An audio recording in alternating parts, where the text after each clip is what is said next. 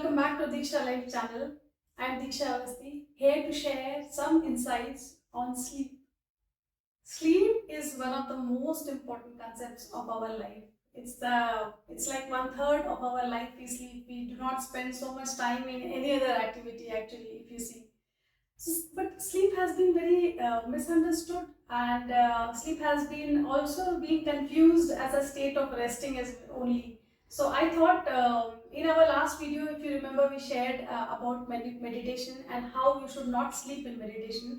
That gave me some idea that I should cover what is sleep, because when we spoke in that video about why meditation and sleep although look same but they are not same, so I wanted to cover that aspect in a deeper manner, that how sleep is different and what happens when you sleep at a broad level. I know it's a very vast topic and we cannot cover everything definitely about sleep in this video, but if you like about the video, you let me know. I can create more elaborate one.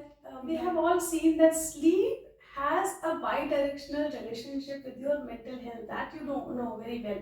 That if you are anxious, if you are not able to concentrate, if you are stressed, if you have a lot of work, if you have to go early in the morning, anything which is troubling your brain will not allow you to sleep.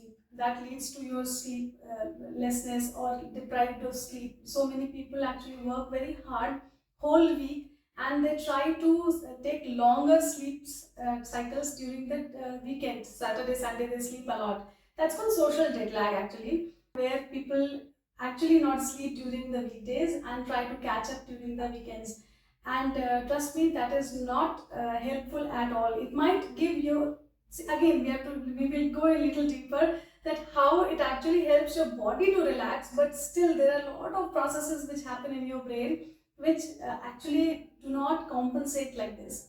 It's not a credit and debt system. It's not like today you take all that you have and tomorrow you refill that. It doesn't work like that. Every day, just like your food, you have to eat every day so that your body functions properly. All nutrients are needed every day. Similarly, sleep is needed every day.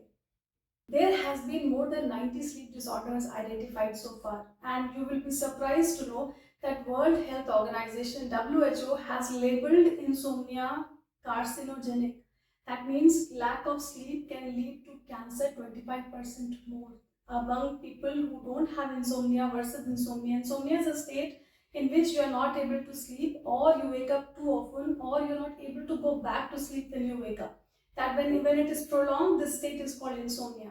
So insomnia has been related to cancer as well. So you can imagine how complex this is. What we find as a resting state is not just a resting state. It's a very complex process in the body. So you know the worst part. I'll share the worst part with you. Nature did not know that sleep deprivation can be a thing. Lack of sleep can be a thing, and that is why it has not created any defense mechanism against the health repercussions of lack of sleep.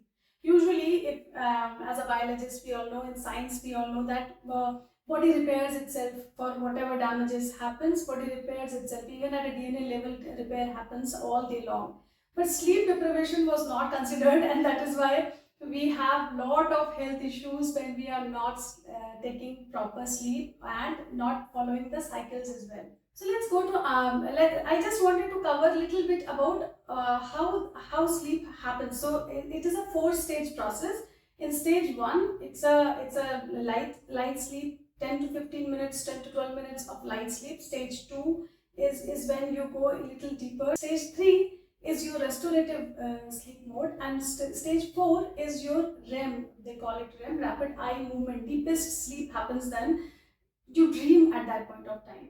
You know, we all get paralyzed. It's called sleep paralysis. We all get paralyzed in sleep every day. Can you imagine? We lose our consciousness and we get paralyzed every day. And why body gets paralyzed? Because so that while you're dreaming, you should not slap the other person. While you're dreaming, you should not walk out of your bed. While you're dreaming, you should not hurt yourself. And that is why we have seen that some people who don't have the sleep paralysis concept intact in their system, they walk in sleep. They have this habit of walking around in sleep, or slapping others, or tossing on someone else. That happens when REM is when in REM state you are not sleep paralyzed.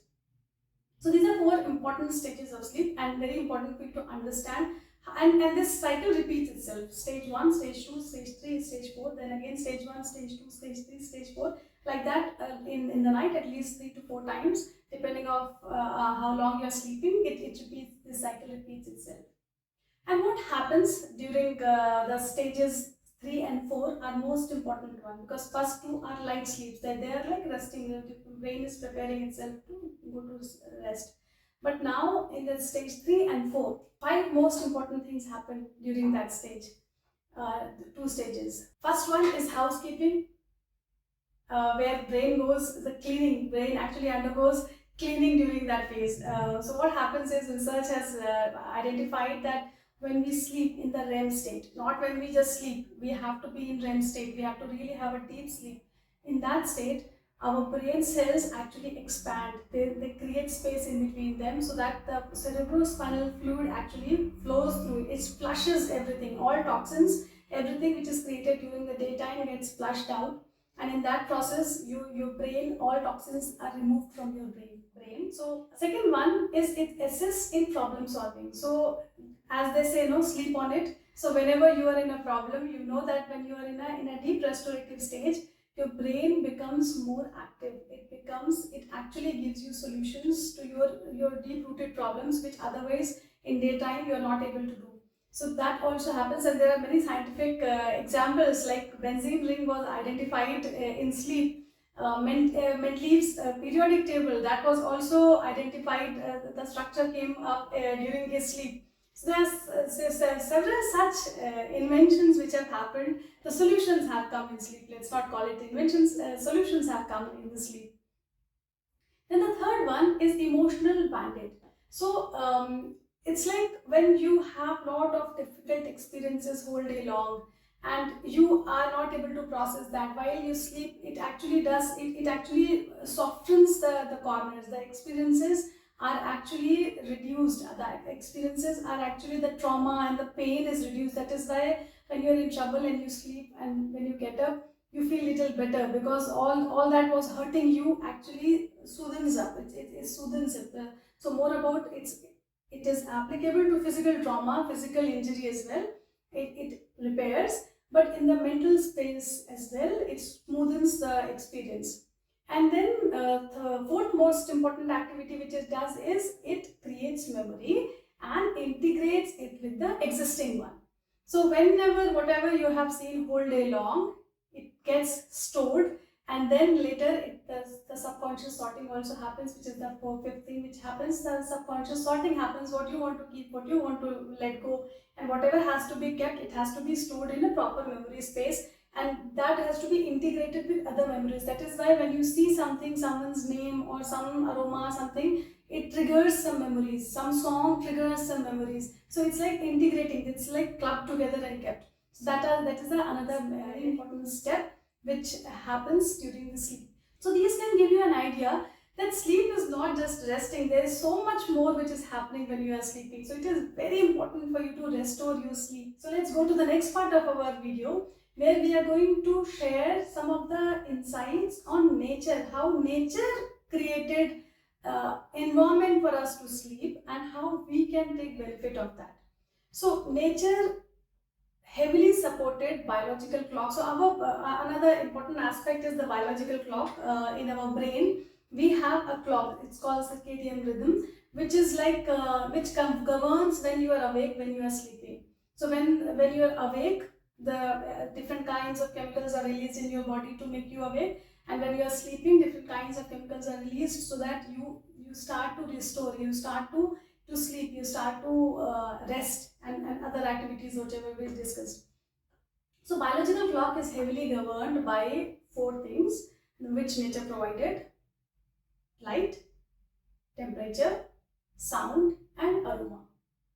So light means sun, that is why sun sets in the evening. So as soon as sun sets, the melatonin level, our eyes receive less light, and because of that our brain gets the signal that it's time to sleep. It starts releasing melatonin, which is a sleep inducing hormone. So it starts to prepare your body to sleep. That is how nature first reduces the light.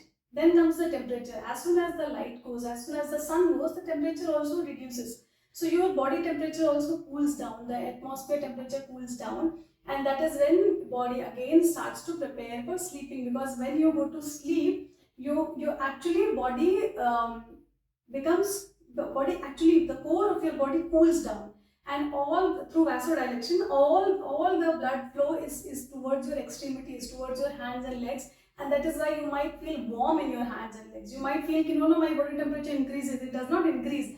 Body temperature reduces, extremities increase, and that is why those people who have cold feet or cold hands, they feel difficulty in sleeping. They are not able to sleep well because their body temperature is not reducing, and that's why they are not able to sleep well. So it is important to keep that as well in mind. Third one was sound. So the nocturnal animals, apart from nocturnal animals, all animals were sleeping, all humans were sleeping. I'm talking about, in evolution I'm talking about, that is how it was planned, that everybody is sleeping, and that is why you're able to sleep very well. There's no disturbance of sounds, except for that some of the nocturnal animals who are available to make some kind of sound, which is also very repetitive. So it's like, it actually acts as a lullaby for you, and you sleep well. Fourth one is aroma. So that is why there were so many flowers which used to blossom in the night, and they were very fragrant. I mean, they give nice fragrance. So that also heavily actually activates your sleep cycle, the aroma. So these four things nature provided, and nature thought that there is no need for anything more. I mean, because you will sleep. I mean, human will sleep, but then human invented lot of light and a lot of technology and everything to keep us awake, and internet, then all that we have. So what happens with the blue light, especially the mobile light which we have? When you watch your mobile, the blue light has same frequency as sunlight, and that activates your wake cycle. That is why you're not able to sleep. You keep on scrolling, and your eyes get tired, and you go to sleep. You crash. You don't go to sleep. You crash, and when you crash, you actually don't have your next. The third and fourth stage does not come very nicely. They're like broken in between. You don't have good refreshing sleep. When you wake up, also you're very tired and very weird out. That happens because you crashed. You did not sleep. So we have been told hundreds and thousands of times that limit your use of gadgets in the night. I would heavily recommend that you should not use any gadget after at least 2 hours before you sleep. I don't know what time you prefer to sleep, but whatever time you prefer to sleep, 2 hours before that, stop all these gadgets which gives blue light, TV, mobile, all that. It will be good for you. Then temperature part, so you can actually, today's generation, time and age, we can maintain our temperature. ACs are there, so you can actually have a body comfortable temperature, so that it's not neither cold nor hot. So that will help you. Then aroma, so you can actually use aromatherapy. So any smell which you like, it's soothing, it's relaxing. You can use that in diffusers or in some kind of whatever you like. You like body aroma, you can put that. But use it as a therapy. Use it till you get into that state of sleeping. And once you get into that state, then leave it. Then don't use it every day, because then it becomes habit, and habits will not help you in a longer run. And when again, sometimes in your life, when you're not able to sleep, you have difficulty in sleeping, you can use aromatherapy again. And the next one is sound.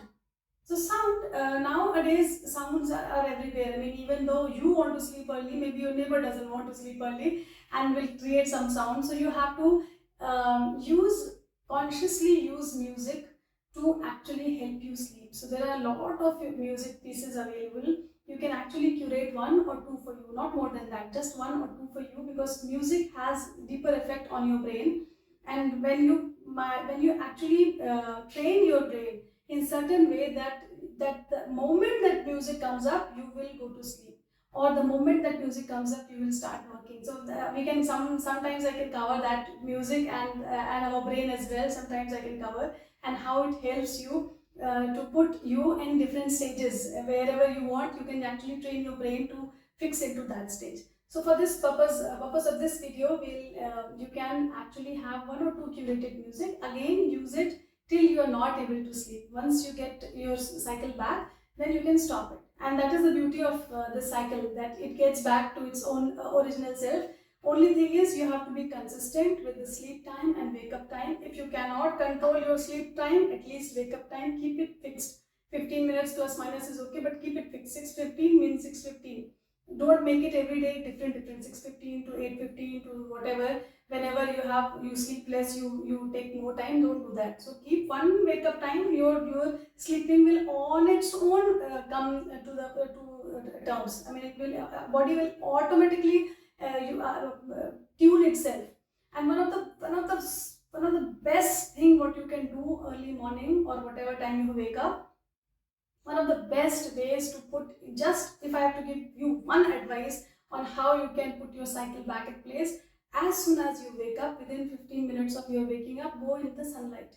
Sun will do wonders on your system. It will actually put your cycle in place. Every day, if for say 15 days you try doing this, sun will come. If you expose yourself to sun 15 days every day as you wake up, you will see that your cycle is in place. Automatically body knows how to manage the chemicals. It will go.